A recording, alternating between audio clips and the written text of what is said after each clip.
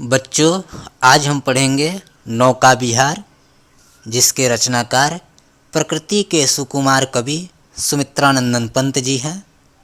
तो हम इस वीडियो में नौका विहार का संपूर्ण रूप से व्याख्या देखेंगे, बिल्कुल सरल, जो आपको ज़रूर पसंद आएगी।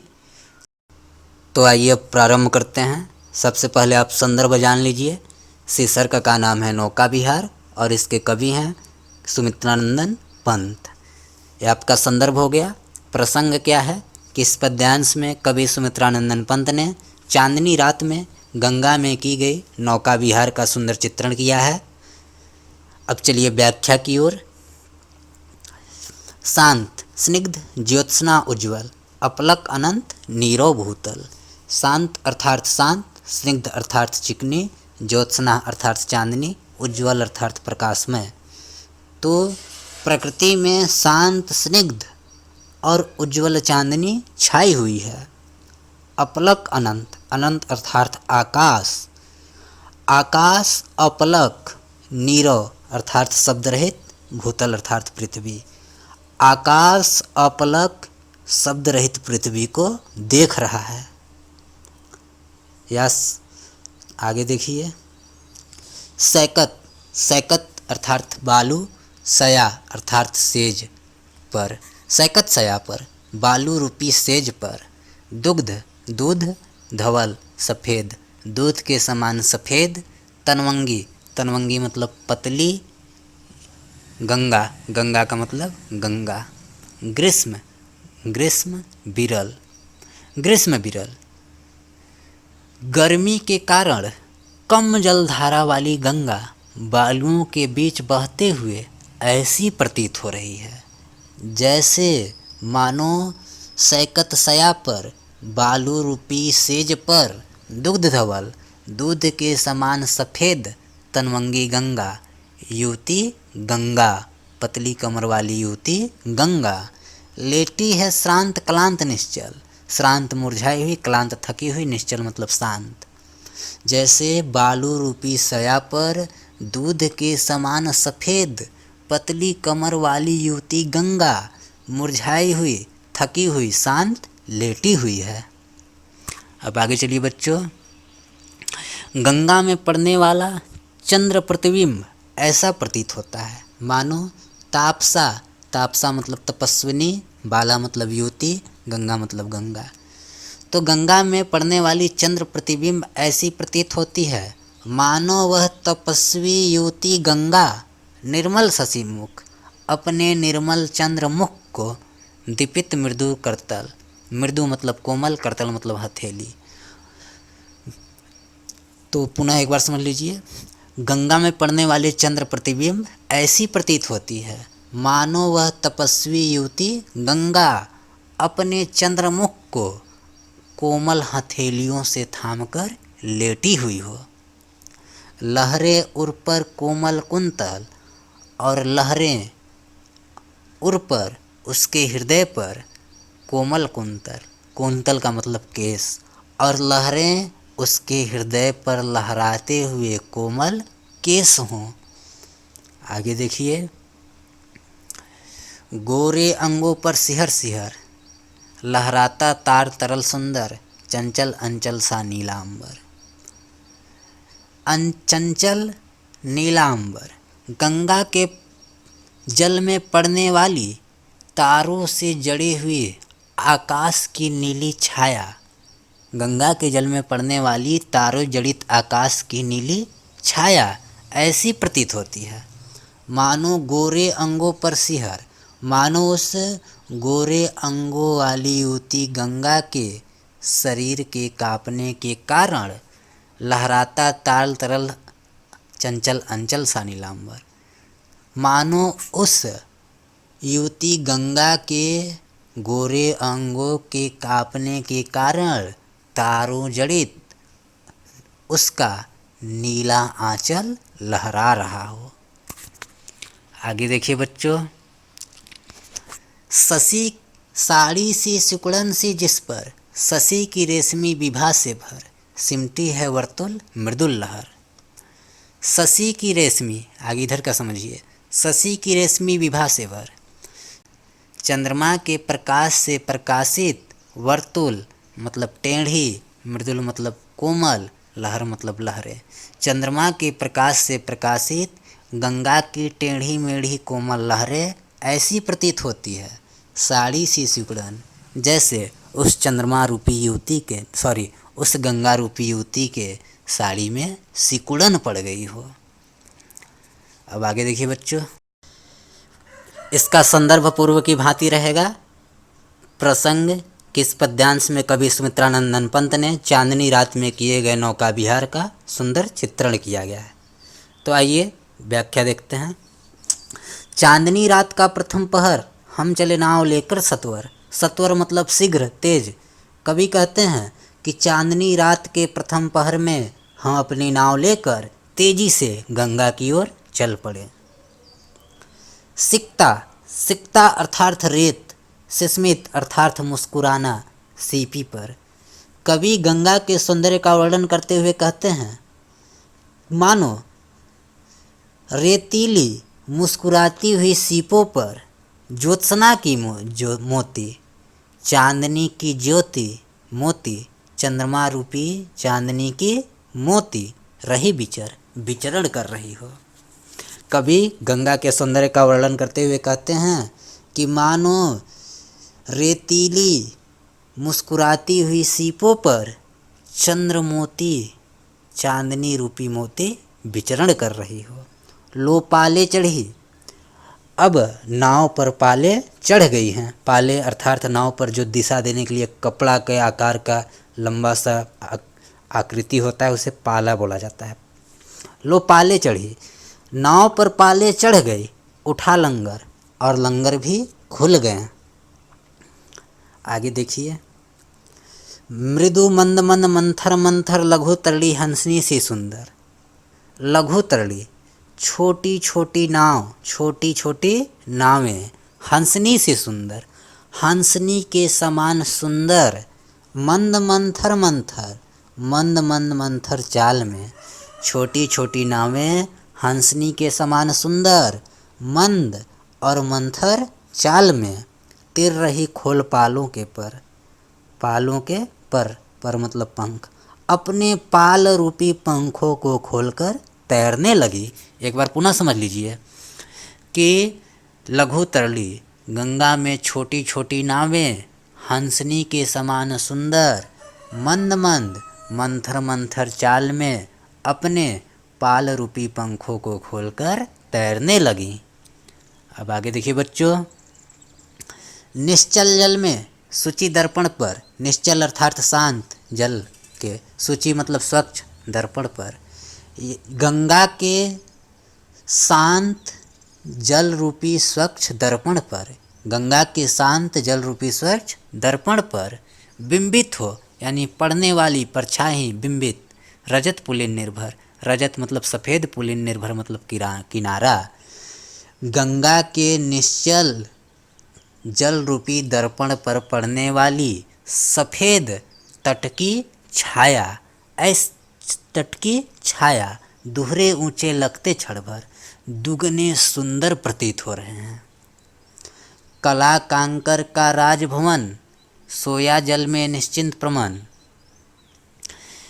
गंगा के जल में पड़ने वाली काला कांकर राजभवन की छाया ऐसी प्रतीत हो रही है मानो वह जल में निश्चिंत और शांत सोया हुआ हो, पलकों पर वैभव स्वप्न, और उसके पलकों पर वैभव के स्वप्न छाए हों।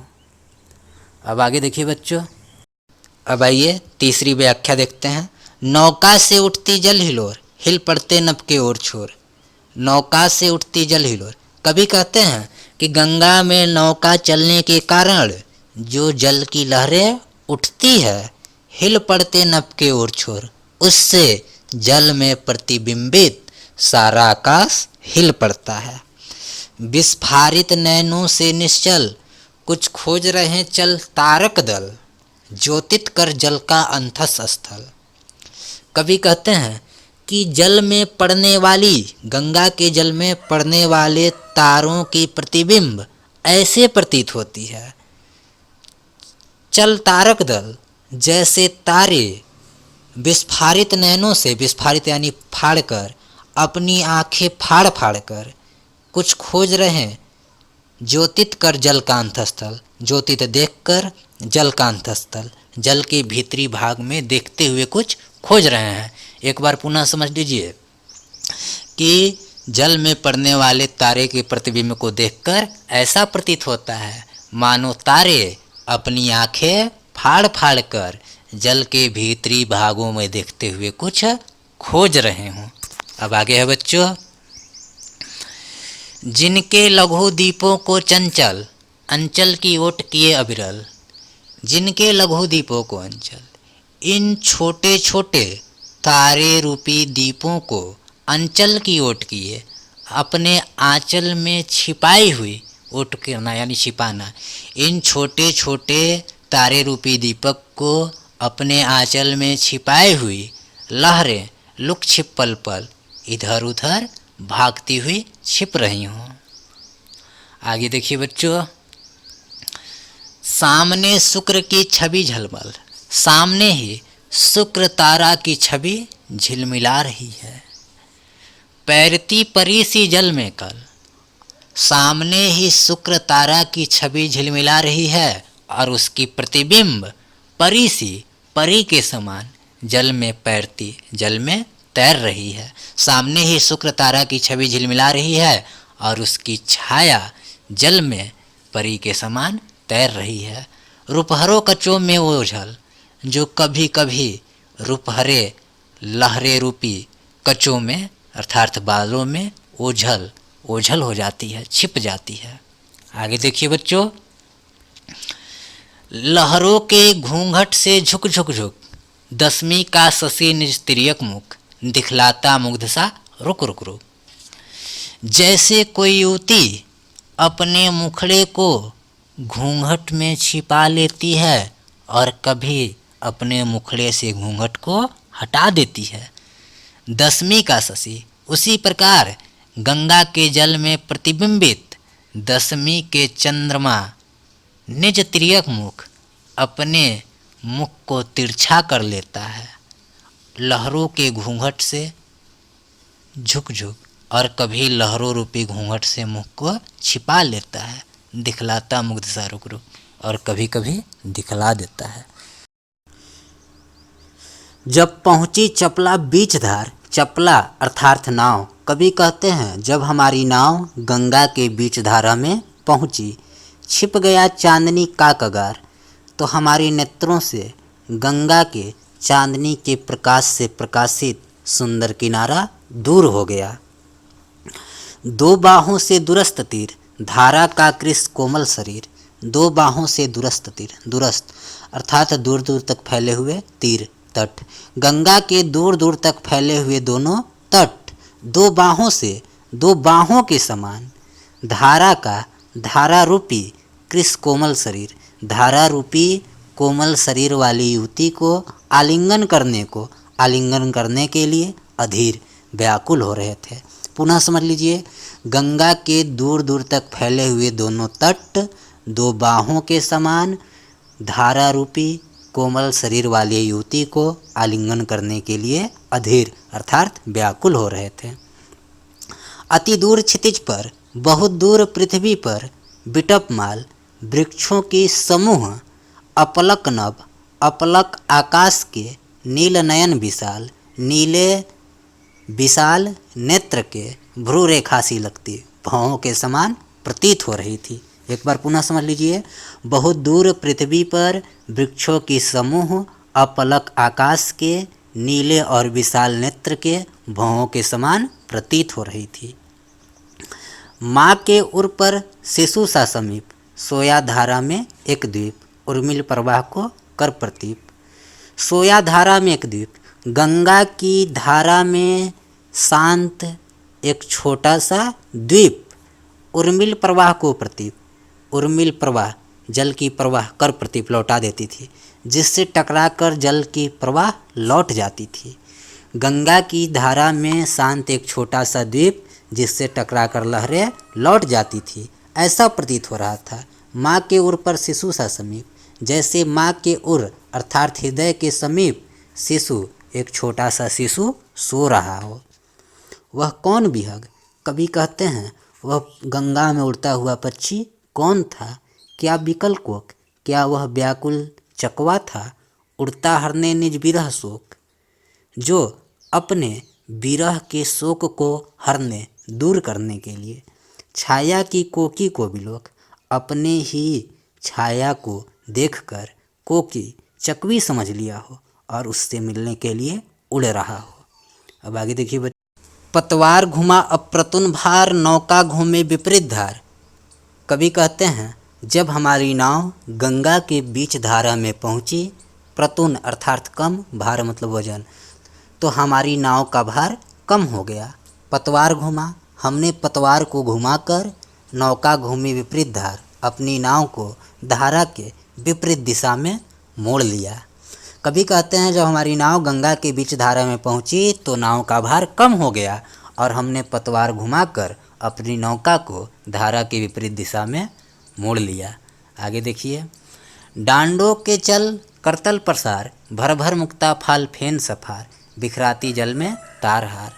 डांडों के चल, जल में डांडों के चलने के कारण फेन सफार, अत्यधिक झागे उठ रही थी, जिसे देखकर ऐसा प्रतीत हो रहा था मानो डांडे करतल प्रसार, करतल अर्थात हथेली पसार फैलाकर, मानो डांडे अपनी हथेलियाँ फैलाकर मुक्ता फाल मोती रूपी तारहार, तारे के हार को तोड़कर बिखराती जल में बिखेर रही हो। एक बार पुनः समझ लीजिए।